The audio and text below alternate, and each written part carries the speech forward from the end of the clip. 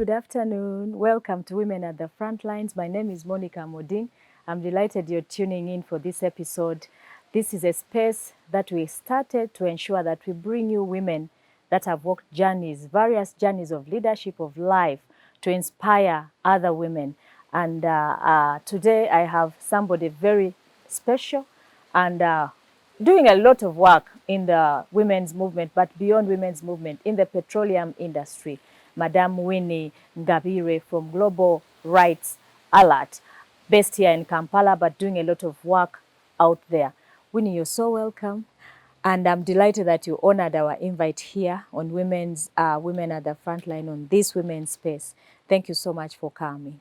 Thank you so much for the invitation and congratulations on running a very nice show that is empowering hundreds and thousands of women out there that tune in every Saturday to watch you. You have personally inspired many of us and many younger ones. Also, this space that you have created really makes you a force. Wow. And I hope that this space keeps growing and growing so that we hear many of my stories, many of other people's stories. And we see young ones coming up and taking up the spaces. I'm so delighted because you're reminding us the reason why we had to start this. When we look around this country and of course globally, people seem to think that women have achieved so much in terms of coming out to these spaces of leadership. But the statistics seem to tell us the opposite. In Uganda, we have 35%, and that has been over a period of more than 30 years. We've never gone beyond that, and because of affirmative action. Many countries in Africa, it's the same story. About only 10 in Africa have hit that 30%. Globally, it is even worse. And so when you look around, it looks like if we don't take intentional strategies and steps to do other things other than waiting for affirmative action, then we shall not be able to get more women in leadership. That is in the political field. But in the spaces where you are, in civic space, in public service, it's even worse. It's less than 30%. It's about 22% in Uganda. And so at this rate, analysts have said that it will take us 100 years to achieve the parity that we want. Parity in numbers and equality in numbers in leadership. And of course, our viewer knows, and we do know that the space women have as leaders is where decisions are made. Where you are at Global Rights Alert, because you're a woman, there are certain decisions you can make that can help in balancing society. So being at the decision-making table is very, very important. So this space is just to mobilize, to encourage women, to inspire them, to challenge them to come out of the comfort zones, especially women like you as well, for you to come into politics, for others to expand our networks, our spaces, and grow this space, as you've said. And that's why Women at the Frontline was started, and we are hoping that we can grow bigger to influence a bigger audience in this. And particularly in the short term, in the next election, which is about 4 years or 3 from now, we are hoping that in every seat in this country, we shall have a woman contesting, especially the direct seats. Hopefully. But at least we want to be able to evaluate by the end of these 3 years or 4 years that there is a woman in every constituency contesting for an election. I think that would be beautiful. Yeah, that's true. And again, I like that you talk about the numbers having grown up. But what do the numbers mean? What do the numbers mean? 38% or 35%, what does that actually mean? Translate to? Yes, because we realize that there are many women that are on the table but not a decision maker. There are the menu on the table. Like people are eating them, they're using them to eat. Yes. So being at the table is not enough. It's a start, but it's not enough. So once there's a table, are you the menu? Or you are determining the menu. That is precisely. You make a very fundamental point. And we hope that in other programs we do, we support them, we train them. There are many organizations doing different interventions. So all these put together can result into better leaders, better women in our country and across the region. So Winnie, we know you are doing a lot of work in the extractive industry. That's like, I don't want to use a bad language, but saying sexy is a good one. It's a nice one. It's inspiring because there are very few. There are very few women in the extractive industry, and there's a lot going on. Of course, recently we heard that the final decision-making in the oil industry has been made. There's a lot of excitement in the country. what does it take, I mean, and who is going to be benefiting or getting more out of the process. So those issues and many other things we shall be discussing in this interview. Before we go into the discussion of the final decision-making process, its implication on the women and the country generally, what do we need to do, how do we prepare to tap into the industry, would like to know you more, because many women work in the background like yourselves. For us, we work at the front line. You may be doing media engagements more, but I know that, Winnie, I have seen your name somewhere in terms of the advocacy going on, but we need to know more so that we encourage someone watching that, leaders don't just come from nowhere. They have a journey that they have gone through. So how has been your journey of life this far? Thank you. Yeah. So my journey starts in the now Mtoma district, and from a family of so many children. Wow. About 12 of us. And it was a peasant family. And basically so much loving and so much encouraging. That our parents took us to school and made sure that we go to the best that they could afford at the time. Okay. So my primary school was in Mtoma district, and then I went to Busheng, to a Catholic founded school, girls' school in Syria. And for me, it was the first place that I went to, and I saw girls dreaming, and I thought that I could dream. From that village school? Yes, that I could dream. Then the Catholic nuns, gave us the confidence, gave us the motivation, and encouraged us to aim for better. So I did my secondary school at St. Cecilia in Barara, in Busheng, O level.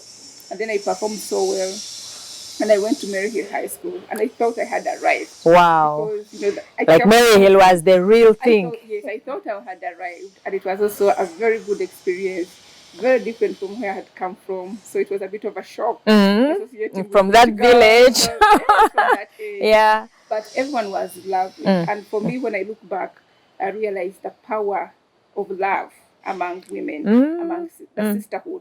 It means a lot. It means a lot. And so when I see this conversation that we are having, I am challenged to ask myself, what have I done for other women, for the girl child? For the girl child. That's very critical. Yeah, so I did my A-level from Mary Hill High School and came to Makerere. I was admitted on government scholarship.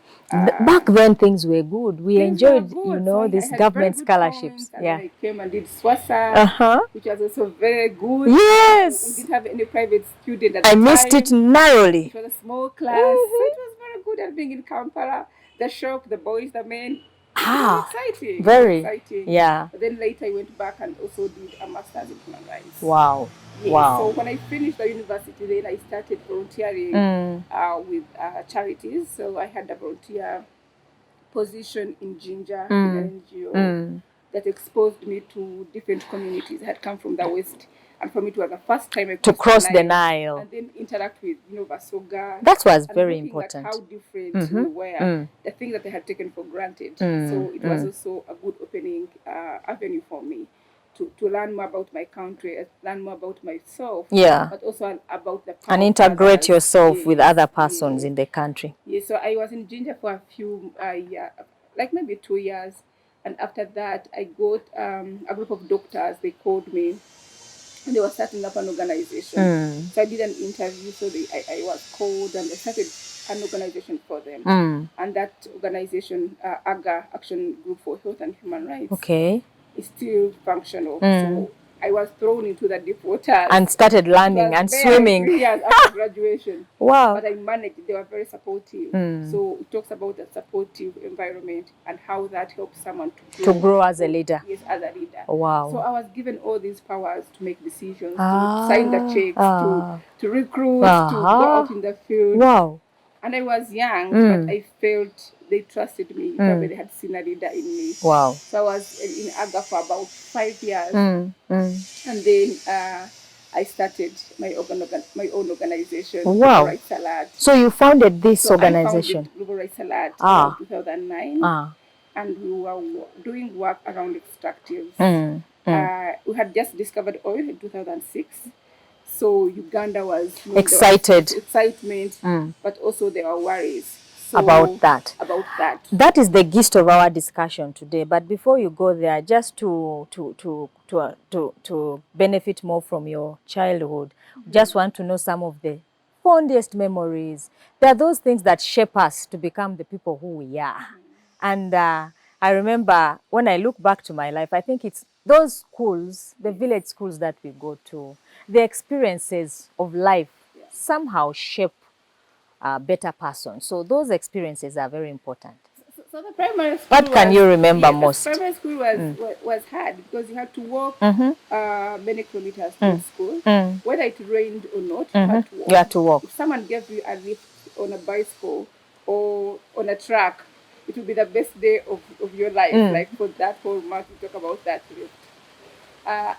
But at home, we had so many of us, including relatives, and we all ate communally. And that, for me, I think it shaped me into sharing, but also caring for others. Whichever resources you have, you share. We share. Maximize them. Yes, we maximize them. The same at school. The Catholic schools that I went to, you had to work. You had to fetch your water. We didn't have peel the bananas. Go fetch the bananas from the plantation. Go weed the plantation. You know. Go, pick the potatoes, bring them, peel them, and leave them for our kids now. If you tell them those things, I mean, they can't understand. They can't understand. Tell them you walk. I was telling my children how we walked, and they're like, "Mommy, your parents didn't even have a car." My mother didn't step in senior one. How do you expect? I mean, primary one. How do you expect her to have a car from the village? It is strange for the current generation. Yeah, they can't understand it. But for me, that experience taught me I can do anything. Because if you're fetching, you're studying, you're washing, you're doing this, and you're able to balance all this, you're able to follow, instructions. Sometimes, of course, we'll dodge, but that is what has shaped probably our generation into being the kind of people that we are. Aggressive. You do everything. You do everything. Yeah. So even housework is not like a punishment. No. So you do it, and so that shaped us into the multitasking people that we are, and also learning how to use the little resources that you have. Yeah. If you have to fetch 5-liter jerrycan and it has to last 2 days, you have to go to start planning on how you're going to use that water. So you're not extravagant. Yeah. And so you carry that with you later in life. And the aggression to make your life better. Yes. So then you keep thinking, oh my God, I wish I could go to this school. Oh my God, I wish I could go to Namagunga. So you start aiming. You start aiming higher. You're thinking, can I go to Makerere? Yes, you can. Yes. Because you see other girls have gone there. And you start questioning yourself, she's like me. What not can I do? Not? Or you see your brothers going to university. And then you know that, yes, you share the mom, you share father, you share meals. Like, there's nothing special as a girl child. Did you experience any of those barriers as you were growing up? I don't know if you had any. How was your experience of being a girl child, growing in this? And So, as a girl child, and I really feel bad that I didn't have the chance to speak about my experience when I was young and I could have caused more change. You're growing up in a village where you're probably just 1 or 2 girls in a secondary school. The whole village. And then all the men around want to marry a girl that has stepped in secondary school. So is that so?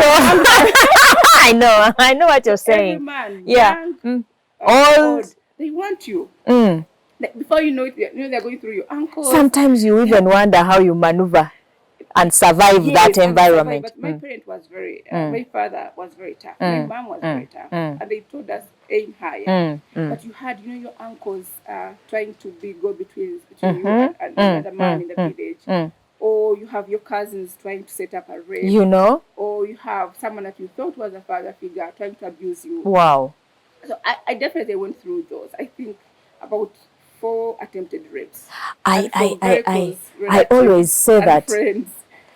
It is difficult for any woman to tell you that up to where they are, they have not experienced sexual violence. I don't think Even there in the is. Workplace, Yes. Because as soon as I left the university, I got a recommendation to go and look for, an officer who was supposed to give me a job. And for like 3 months, he didn't give me my appointment letter. And he would say, it's available. And I didn't understand until he told me, you know what? Let's go to a lodge. And I give you your appointment letter. And I walked away. I didn't even look back. So, those kind of things can... Every girl goes through them. Many girls have And it's gone not through even them. different now in this society that we have. Yes. That was 30 years that ago, was 40 years ago, but yeah. those same things still They happen still today. happen. Yeah. They still happen. And I wish that we could speak about them with all the honesty that they deserve. I think we can be able to allow millions of girls get better than they have All in right. the current circumstances. So growing up, did you have a particular dream that you wanted to pursue in life?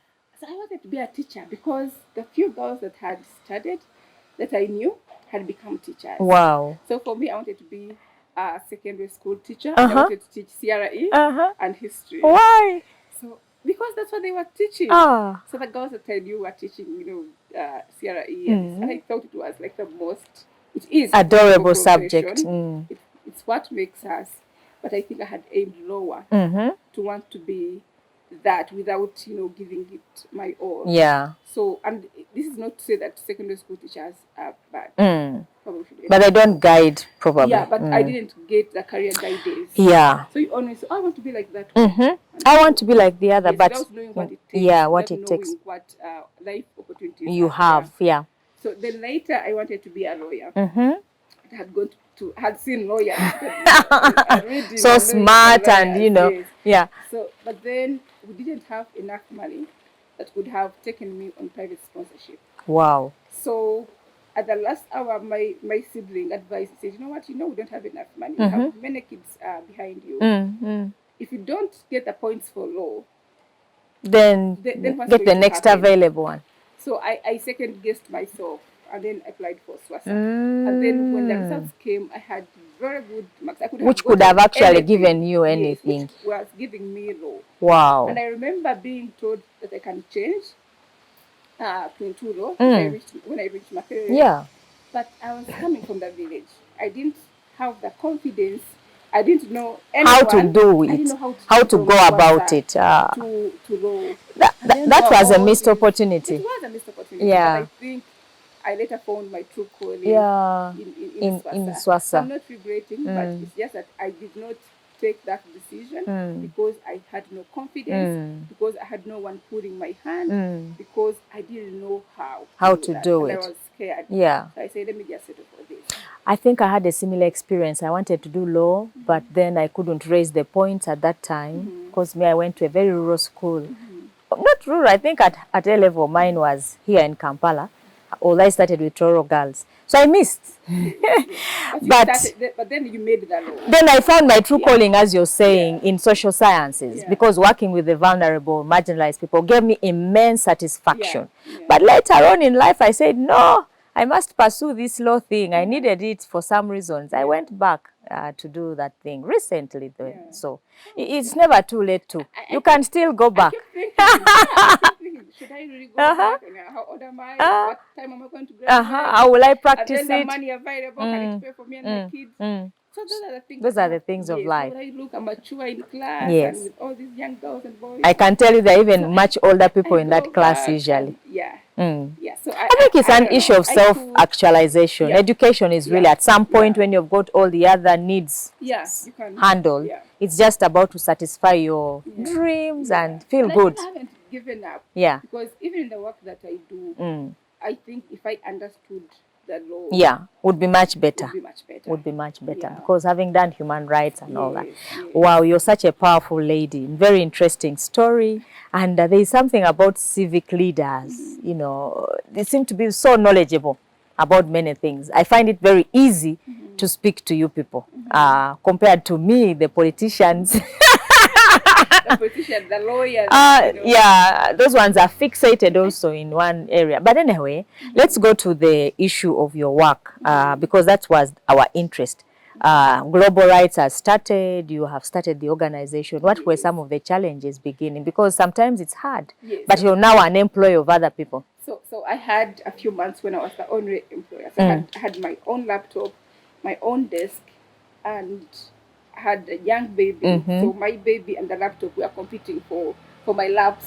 And that's how you started? And that's how I started. Wow. So But because I had worked with an organization, I knew a bit of fundraising, so I started, fundraising, but also found very good peers in the sector that I tagged along with and got exposed to the kind of work that I was doing. And I remember, I always, talk about Dickens. There's a colleague of ours, Dickens, who was running an organization in extractive and would invite me for meetings. For meetings, yes. So I was like, you were networking. Yes, we were networking. So I got to understand about the extractives. Went to Hoima with them, and I was shocked to see what I saw in Hoima. Because at that point, government was acquiring land for an oil refinery, which were yet to build. And for me, it was worse than where I had grown up. I saw conversations that are dominated by men. I saw conversations about land that had no women in. Yes. And I wondered if people understood what land means to a survival of a family, children and have family. So it triggered something. Like a revolution in you. In me. Wow. So that was your turning point. That was my turning point. How can you talk of taking land, and the women are not involved in this discussion? How can you talk of compensating families and the women are not involved? Okay. How can the men start signing for these checks for crops? Yes. When they don't even grow those crops. And they still expect a woman to provide as she always has provided. Wow. So then that I started looking for money, and I got volunteers as well, and fine with funds were coming in. But it was not simple because you had to register. So you're running around looking for administrative officers to give you the permit. Certification. You're looking for the NGO bureau to also give you a permit. So you're an admin, you're an accountant, you're the chief fundraiser. Everything at that point. Yes, at that point you are. And the sector did not have many women or any women. You can even refer to or tag along with. Yes, so they didn't. And you always feel, I think it's I don't want to say it's natural, but it's the conditioning that we have had. That if there was another female, I would that you can mirror around or something. I would have been more powerful than I am. But I received so much support from the communities where I worked. So when we started working in Hoima, the women loved it because they got a woman who said, let's come together. Let's talk about these issues. Yes, what are our issues? Yeah. And then you could also say, go here. And they're going. Or they could tell you, by the way, we went the other side and we have spoken with an RDC and we have spoken with a contractor of an oil company, or we have spoken with an officer from the Ministry of Energy. So you're like, oh my God, this is actually happening. So the stories from those women that were affected were really inspiring. Wow. When you reached out to the community development officers, there is always a woman that is willing to help you. Yes. There are also men who are willing to help. Not as a woman, but as an individual that has something to contribute to that discussion. Yes. And that was very good. Then there are all these men that we look at here like, oh my God, this hot chick. This feminist has come. Yes. No, oh yes, that one. Yes, objective. Yes. So they want to take advantage of you now and take you through the things that you experience when you are younger. Yeah. So they want to take advantage of you. But then there are those that will say, these feminists, these NGOs, we had a very bad experience in Hoima with security training us, with being summoned every other day to the Ministry of Internal Affairs to explain why what you are doing, why we're inciting people. And I think it's a time when this thing of my oil started my oil. So anyone that talked about oil, we were questioned, where did you study from? Like they started asking us all sorts of questions, as if that mattered when you're talking about life and death and property, delineation of people. So it was a mixture of so many things. But that was a tough beginning. It was a very tough beginning. I think I was summoned a number of times. And when they summon you, you see a stamped office of the president or state house. And you start checking. So you start censuring yourself. Am I doing the right thing? What will happen to me? What is the future of this work? I have young children. What will happen to them? I need to grow my organization. What is going to happen to me and my staff and my volunteers? So you begin sanctioning yourself, and you speak once instead of 3 times. Even maybe slow down with the work you're doing. Go, yes, I spent a whole time without going to Hoima. There was a lot of land grabbing at that time, so the whole village would be evicted. And so the land grabbers would actually come after you. You know, they're calling you, what do you want? You're Munyankore, what are you doing? What are you doing here? You know, yeah, why are you? You are just coming to incite so people. They use all sorts of things to demotivate you. We had to go through with that. But in a way, it kept building me into the person that I am. And as I said, seeing how much power communities have to make change. And to give them the voice. And to give them the voice keeps motivating me. So can we say there has been some change since you people started? Because it looks like when you started this work, there were barely any organizations doing this kind of work in that part of the country. There were few organizations, few NGOs, 1 or 2, but mostly there was no organization that was focusing on women and young people. So, you know, we talk about, as I said, compensation, and as long as 95 men attended and 2 women, that for them was okay. That would be okay. Numbers have come. The Ministry of Energy, despite, you know, the legal framework and all the policy, written policies down saying, you know, women gender mainstreaming and everything, they never really cared. So we said, hold on, let's begin having women-only groups. And invited government people to come in. And they were all always dismissive. You know, like, what are you talking about? We need to know who owns the land. Are you really married? Are those women married? Are they even, you know, wedded in church? And they're throwing around all these things. But with time, they kept coming back and understood. So within the first 1 year, they made it compulsory that for any family to get compensated, there has to be spousal consent. Okay. So that happened, and we thought, oh, this is good. This is good news. Until it came with a challenge. Again. It didn't matter that which woman. Signed, yes, you know you're married to him. You have an account in both your names, but a man would go with a wife to the bank, sign here. She signs, get the money from the counter, and disappear with the money. Yes, but the woman has to stay home with the kids. So that's the thing of, you are at the table, but what are you doing there? So you have signed on the compensation form, you have signed on the bank account, you have got the money with your husband, he has gone with it. So then you have to involve the police. So it's like, so you get police, then you're tracking all these men that have, you know, gone and married other women, they're buying cars, they're buying motorcycles. So you're actually giving legal aid as well. You're giving legal aid that you don't even understand. But, you know, NGOs kept, you know, coming in and supporting. So we went to, for example, justice centers. They're very nice. Very helpful. And helped the women. Yes, and helped the women. The probation officers and family protection units at police were very helpful because they were getting very many cases. But at some point you had to support the officer, the police person, to go into the community and sensitize people on what the law says, on how you cannot neglect your family. But for me, it was very good. And I think later on, as we involved the Minister of Internal Affairs in this harassment that was going on against NGOs, we had a conversation on what is the role of NGOs, what is the role of government as well, security agencies, because the area was very highly militarized. So we had those conversations, and so the space suddenly started opening up. Yes, and because also local government was very underfunded. So once you had a conversation and you called 300 people, local government also got a chance to come and speak to these people. So we provided space. And I think that's one of the things that I can say I contributed, like opening up space for civil society groups, for individuals, for volunteers, for communities to say, we have an issue here. We have an issue here and we must talk about it. You gave them the voice. So you've done advocacy. Basically, you've empowered communities. You have given them even legal aid and support. You have advanced the cause further.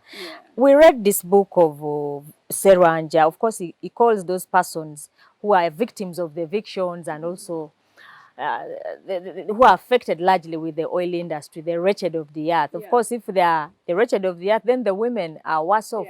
And I'm sure that because of your interventions here and there's a lot of improvement. So can we successfully say these situations have improved, or has the status of these persons in Hoima and the greater Albertine region improved because of the interventions of these organizations? Yeah, so Winnie, you seem to have been among the first organizations, but also your impact can be traced very easily. And recently I was reading a book about the challenges the locals have gone through in terms of accessing compensation, and even those that have accessed have misused it. The role of women, how women are integrated and all that. And of course, the author of this book, Seranja, was saying the wretched of the earth. Of course, those are the wretched of the earth because then a lot of things bypass them. But if we talk about the inequality, then the women are more affected.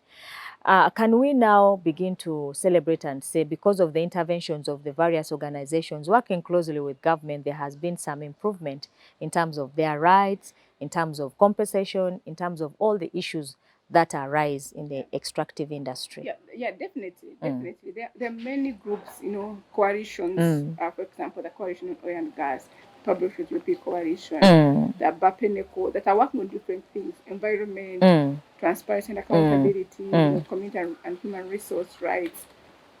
Things have changed. Women are able to speak. They know which offices to go to. Majority of them, the ones that are affected. They question oil companies. They write to government. They go and interface with MPs. Wow. And also RDCs and the Ministry of Energy. So it has changed, but there is a lot that still needs to be done. Wow. Because going and petitioning an RDC, for example, does not automatically translate into to the change that they want. Yes. So seeing oil companies and asking them where are the jobs does not immediately give you an appointment. Asking about what opportunities are there, local content does not automatically mean that you're going to start selling your tomatoes, your onions. Yes. So so there's still a lot that needs to change in terms of how civil society is engaging with the community. Okay. In terms of how government sees the contribution. Because for me, I think that once we start looking at communities not as victims, once we start planning with them, and we don't put them in the sector of how to handle the bad things, and that is where we are putting communities. If we stop doing that and we see how powerful their contribution is as partners of these lands, it's going to change a lot.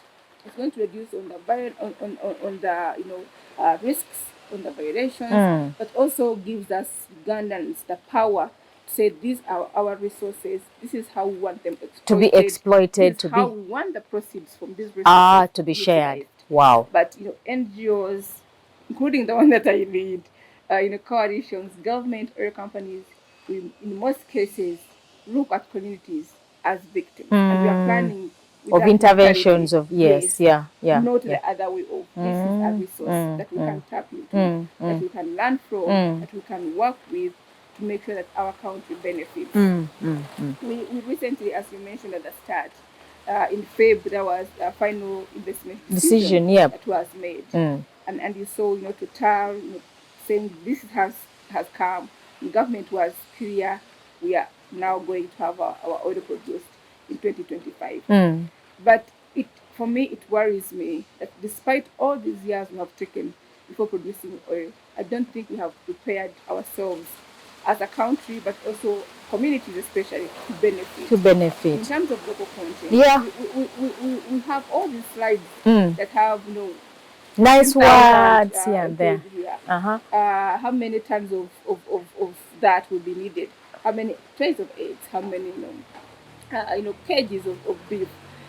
In terms of saying that we shall get this beef from this community, we have prepared them to meet the standards. It's not happening. It's not happening. So we will see companies move into our communities. They will get things outside the communities. The prices of goods and services in those communities are going to be high. I can tell you in a few years, you're going to see people in Hoima going hungry because as poor as they were. Buy food. Wow. They cannot afford the standards that the companies want, so they cannot supply and earn from that, and they cannot afford to challenge that? A colleague recently told me that the standards that Total wants, or those extracting companies, are the standards of London being implemented in Hoima. And therefore, those suppliers, all the people participating in the industry are supposed to enforce standards to the level of London. And then you wonder if the local woman in Hoima, in that place, can be able to supply her eggs with the standards of London, and yet we are in Uganda here. So then... And it's the argument that, these have to be international standards. Of course, we don't want international standards. But am I part of the international community that has set those standards? For me, is the question. Who is an international, community that has set these standards? That is one. The other one, how can I meet the standards? That's the most important one. You want tomatoes that will not rot in the next 2 days. You want tomatoes that are not being sprayed with chemicals. Yes. Of course. But how do you transform me and prepare me to meet the standards? Is the question. After all, using the oil from my soil, Yes. And so those companies that meet the standards have taken hundreds of years to develop those standards. They have taken tens of years to develop those standards, to meet those standards. We discovered our oil in 2006. We knew it was coming to this. But up to today, we are not ready. So you hear there is this incubator Stanbic is training farmers, but all along there was nothing like that. So we are not even prepared for this. Growing the local content that meet the standards, because meeting the standards will also help us to earn more, to get more opportunities outside our community, and to retain the investments here. But I don't think we have done enough. We have focused more on let us clear the land, let us get the land, let us get companies, let us have the laws. The practicability of what needs to be done has not been largely ignored. Wow, so you still have a lot of work to do, a lot of work to do to engage the community, to build that local content amongst people. Of course, I'm itching to ask you about this experience that we are hearing. I think Environmental Alert and many other organizations that are advocating, I think, for the rights of persons where the pipeline is going to pass. There seems to be harassment. I don't know if you want to comment on that as well, because then seems to be a complaint from organizations like yourselves working in the region. So then what is your comment on those issues? Civic space in Uganda generally is shrinking. We've seen the media, we have seen journalists being arrested. So it's not just only civil society that are working in extractives that are hit. It's everyone really. Civic space has shrunk. Okay. But we know globally, if you read the civic reports, globally, actors in extractives face more harassment because it's lots of money. It's lots of things at stake. Okay. So you want, I think investors and those that have the duty want to make sure there's minimum, questioning. There's minimum disruption to their agenda and to their timetable. But civil society have said, no, this is not how it should be, and indeed, this is not how it should be. So you get questioned more. Wow. You get trailed more. You get, we have had threats to life more. We have had offices broken into, including recently in Rengo. Wow. An activist on oil. We know that people that are working on the Stop the ECOP campaign are also facing harassment. So it's definitely a big issue in extractives. It is going to get worse. Wow. If indeed, government and the investors do not appreciate the role of civil society and the role of the citizens in determining their destiny. Wow. Those are very powerful thoughts, Winnie, and I know that through this space and other spaces that you are in, we will continue to have this conversation and engage on this seemingly very lucrative industry, but with so many challenges and what it holds for the local persons and for the women to be specific as well. So thank you so much, and we appreciate you for what you are doing in that field. And of course, we know that there are many more women we want to project, but in your sector, there are very few. And we would like you to send us more women too, and also to encourage them to do that work, because few of you are doing it in that sector. Would like now to go to a point of view inspiring and talking to young women. But first, I want to know what keeps you going, because that work is challenging. Civic work, engagement, human rights work generally. We've seen people fleeing the country. Yeah. Yeah, because it's a political discussion a lot of times. Yeah. So what keeps you going as a woman in that sector? So it's as I said, it's a lonely journey. First of all, you have to know that extractive journey is a lonely journey, and particularly when you are a woman.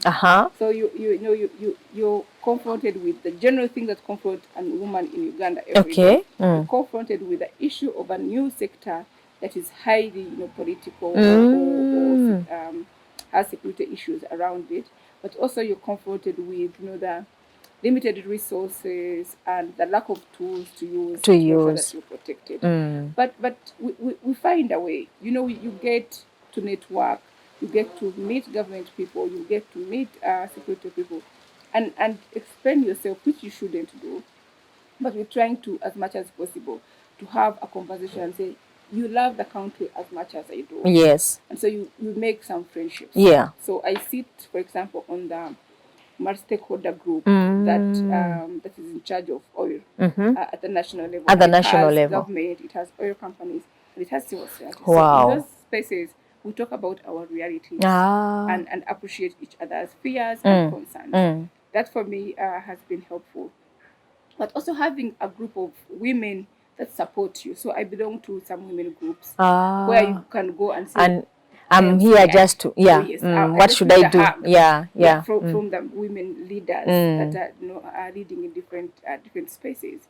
And also belonging to these coalitions. It helps a lot, because you don't feel alone. You don't feel alone. But also I've had to have tools, personal tools that I use so that I fight being burnt out. Okay. So that I know I have a belonging, so that I have attended to the things that are important to my life. So I have tools every year for the last how many years. Is there a tool for life management? Really? For me, there are 5 things that I must do every day. Okay. Including one, I will journal. So then I vent out all the things. Okay. I spend 30 minutes. I have struggled with that one. I can't deceive you. It has helped me. So there are things that I must do. Because I say, after all this, what do you really want, Winnie? And I said, I want happiness. And I said, so what does happiness look like to you? To you. And I defined, I said, if I spend 30 minutes with Monica. That is useful. So I put it there. I said, I must spend 30 minutes with Monica, whether it's on the phone or whether it's physically. So small things of life that matter. But I also do other side hustles. You see, the death of Honorable Anya recently has opened people's eyes. It looks like his life, for me, was a reminder that everything is in vanity. You'll do everything else and abandon your own self. Yeah, and you are teaching us that lesson of personal. So that. But also I've said I have personal hustles that I do. So I'm into flowers. And they give me different results, different indicators from the work in civil society. So civil society, you're speaking about bad things, you're writing, stuff. You're reporting, and then you have these flowers, you see them growing and they are beautiful and the flowers are coming out and it sort of like distracts me in a nice way, but also a source of income because the unpredictability of civil society and its funding. So how do you do that? Maybe I should do flowers one of these days as well. You should come. Yes, I should come for training. Businesses, yes. And that one is very hectic. So that helps me to sort of like have different different personalities. I'm happy here, I'm happy there. Sad here, but you balance the other side. Yeah. You can never balance. Because activism is really a sad life because you see so many people suffering and it takes emotions out of you. And then it takes so long to see results. But in the meantime, so these other things are happening. That's a big one I'm getting from you. Yes, but also, how do I balance? You can never balance. The wheel of life. When you're attending your child's parents' meeting, you're missing out working out in a gym. You're missing out hanging out with a friend to a different country to attend a workshop because you have chosen that this month I have children's meetings at school that I must attend. So you have to say, stop beating yourself up. You can only handle one or two things. Yes. And then sometimes you have to let others go and and be happy with I it. have that difficulty. I want to do everything. I can't let anything go, and I want to do it and achieve everything. Yes, but yeah. You're here now, you have missed something else. You're already missing something else. Okay. So, yeah, so you cannot balance. But just say, these are the things that I'm passionate about. This is what makes me happy. And I think human beings want to be Have happy. Limitations also. Yes, have limitations. The resources are limited. The same way you budget and say, I'm not going to have beef, I'm going to have beans. Health reasons or financial reasons. So but I'm sure even in that moment. hard-won mixture of life, there's something that keeps waking you up every day. And you say, I cannot give up. I just can't give up now. I think our country deserves better.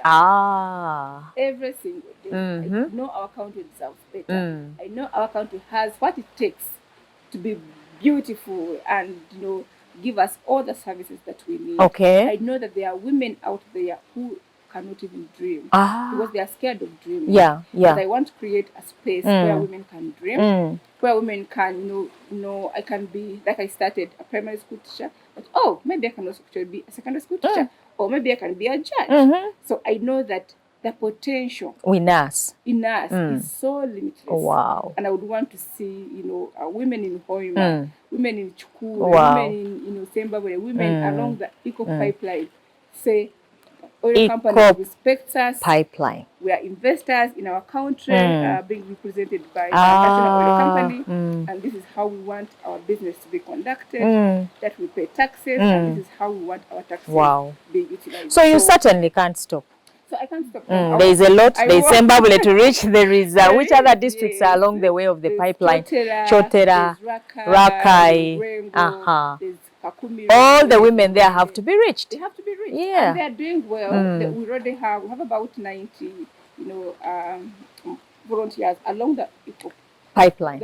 Along the oil pipeline. And every day they are waking up. They call and say, "Tubadem office here RDC." The other woman died, and now we are processing letters of administration for her and her family. The other man died, and we are trying to help so that the woman can get compensation. When you hear those stories, you're like, you are satisfied. You want to hear as many as possible. Wow. But also, people like you that have, well, like we also have limitations. Yes. I've spoken about, feminism. I've made sure that we are treated equally and better and respectful. Yeah. I think if we keep saying, if she can do that, I can do that. So having role models is important. Yeah. Having mentees under you is important. Very, very important. You want to show a very good example. So I should be sending you a couple of them soon. Those who want to grow in the petroleum industry. There are quite many and they don't know where to go to. Even just in civil society space. It's a beautiful space. It is. It's very beautiful. So, yeah.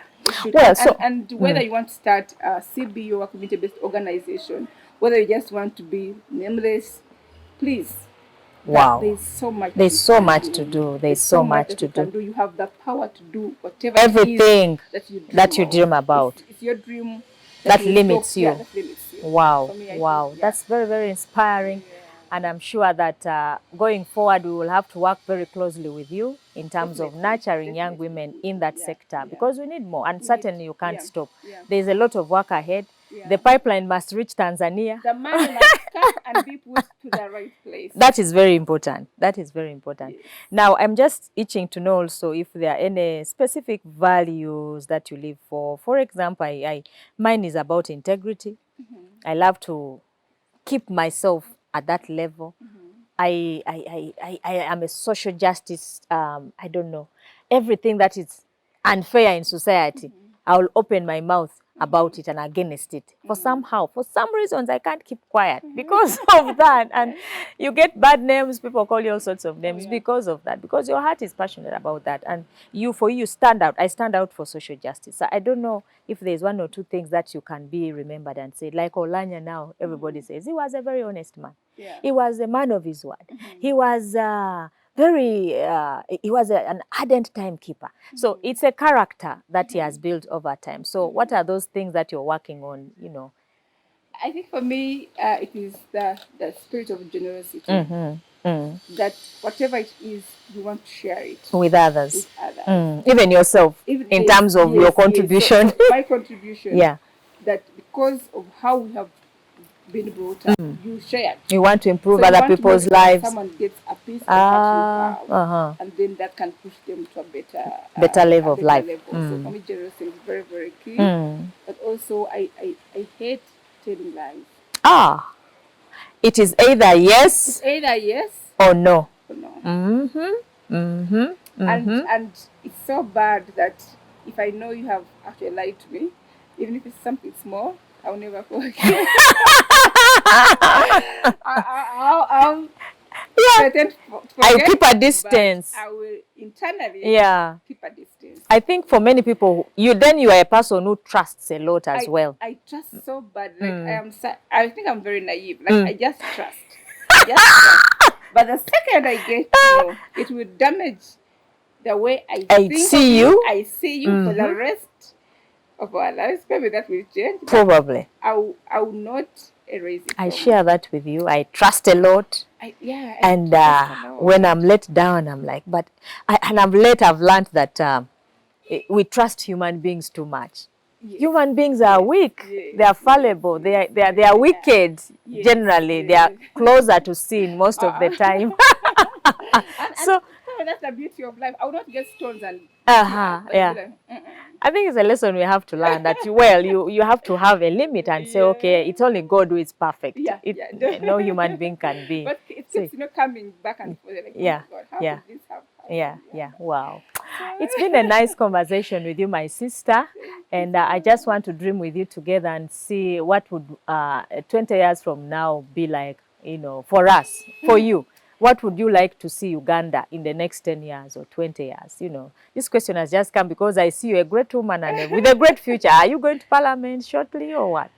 Or you are not that type of leader? I'm trying to attract women in politics indirectly. But because you have to tell a lot of lies in politics. Is it? I think so. And you can tell. No, not necessarily. I didn't have to tell so many lies in politics. And when I pledge, I mean it. I have my pledges. Some of them, you can't finish them at all the time. But you keep knowing that I have a pledge to fulfill here. Yeah. So it's not true that necessarily politicians are all liars. No.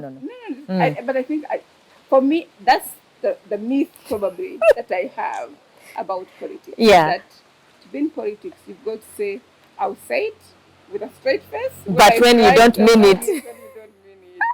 And so it scares me a lot. Okay. But in 40 years from now, I'll be like a very hot, old mama.